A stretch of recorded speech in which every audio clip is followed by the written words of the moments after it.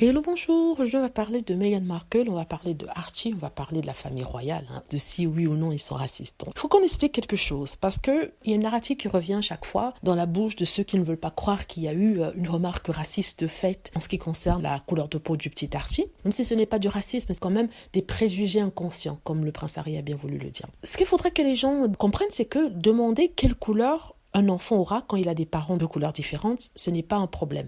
Mais ça peut le devenir si, par exemple, les parents entendent cette question 1000 fois. Enfin, je ne vais pas dire par jour, mais continuellement, ça peut devenir lourd. Parce que le plus important, c'est l'enfant lui-même et non quelle couleur il aura, quels yeux il aura. Ça, sincèrement, ça peut énerver. Mais en soi-même, ce n'est pas un problème. Le problème, c'est quand on est inquiet de la couleur de l'enfant. C'est-à-dire qu'on est inquiet si elle sera très noire. Par exemple, là, je parle de la peau. Si la peau tirera plus vers le noir que vers le blanc. Là, ça veut dire que ça porte une connotation négative au fait que la personne puisse être noire. Et ça veut dire qu'en soi-même, on a des préjugés par rapport à cela. Parce que si ça ne comptait pas, on ne se poserait pas la question. Meghan Markle avait dit qu'il y a eu des conversations, plusieurs conversations avec le prince Harry au sujet de la couleur de son enfant. Et des gens se posaient la question de à quel point ça sera noir. À quel point ça sera noir, la réaction des gens par rapport à ça. Vous vous rendez compte?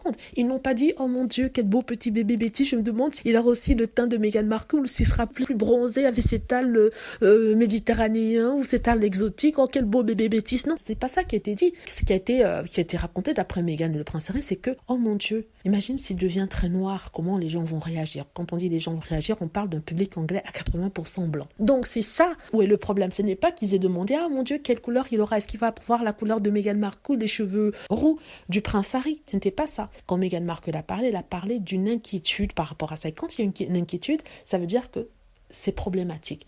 C'est là où se trouve le problème. Dans ceux qui nous sortent des « Ah oui, mais il n'y a rien de mal qu'un grand-père se demande quels yeux bleus ses enfants auront, quels yeux marrons ils auront, quels cheveux roux ils auront. » C'est pas là la question. La question, c'est que Meghan Markle est en partie noire et dans certains milieux, être noir est un problème.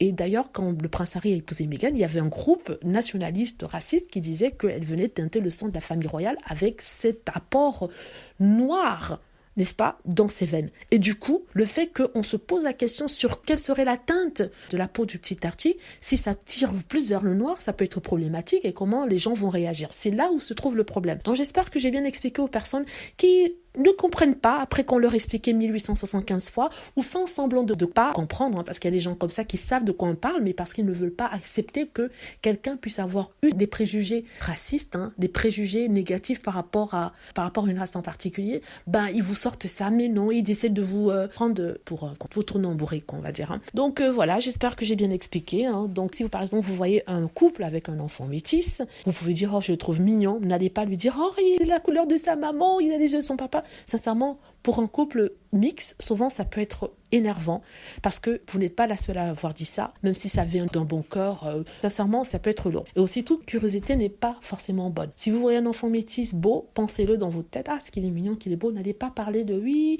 il ressemble à la maman, il est aussi noir que la maman. Ah oui, le papa, il a les yeux bleus. Ça peut énerver, n'est-ce pas, quand ça revient à chaque fois. Mais ça peut être innocent, n'est-ce pas? Mais quand on a des inquiétudes par rapport à la couleur qu'aurait le petit enfant et que si ça tend plus vers le noir, que ça devient plus problématique et comment les gens vont réagir dans la famille, ça veut dire que là, il y a un problème de fond à régler. Et c'est pas beau à voir. Dites-moi ce que vous en pensez. J'espère que vous aimez la vidéo.